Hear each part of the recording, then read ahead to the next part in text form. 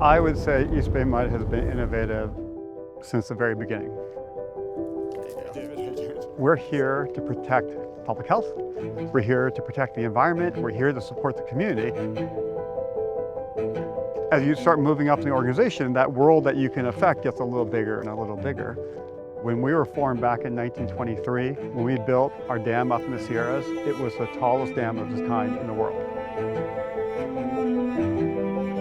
We've been always trying to push the envelope.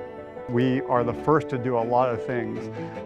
This project is a 4.6 megawatt solar project, and it's built on 12 acres of East Bay Mud's watershed, and it will produce 10 million kilowatt hours of electricity each year.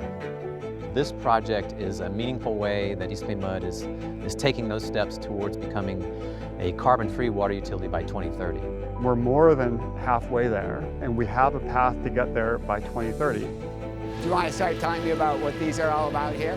Yeah, these are awesome. These are East Bay Mud does pretty wonderful wastewater treatment, but we also do recycled water, and we also do power generation. We're much more than just a wastewater treatment plant. We became the first wastewater treatment plant in North America in 2012 to generate more electricity than we use on site. We need to invest in the infrastructure. Right. Well, we also need to invest in sustainability. These problems that we're talking about, way too big for any utility to solve on its own.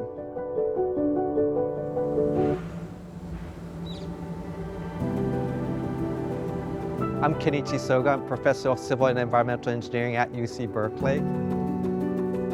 This particular center is focused currently more on the pipeline testing. The future is paramount in the whole process. The Hayward Fault runs right through the East Bay Mud service area. One of these days, it's going to go, and we're going to have a major earthquake, and we're going to get main breaks. So what we need to do is to make our infrastructure more adaptive to changing demands. They estimated that there would be thousands of pipeline failures for our system, and it would take up to 6 months for our system to fully recover. And so that was actually the big driver for our study. So how do we improve this scenario significantly? We have set up a number of different testing apparatuses to test pipelines, to put them under stresses, to bend them, to pull them apart, to kind of create a fault rupture, because we want to put the best performing pipes in the ground as we can. A high reliability network of pipelines that would connect our major facilities and also minimize the extent and duration of water service outages for all of our customers. It's very expensive to dig in the street, to put pipe in the ground, to pave it. It's very disruptive to customers, and we don't want to come back very soon to do that. So that's why we want to work with community to make sure that we build a trust of what we do and make sure that what we build is something not only for current generation, but also for future generations. We're bringing other types of disciplines to help advance the work that we do.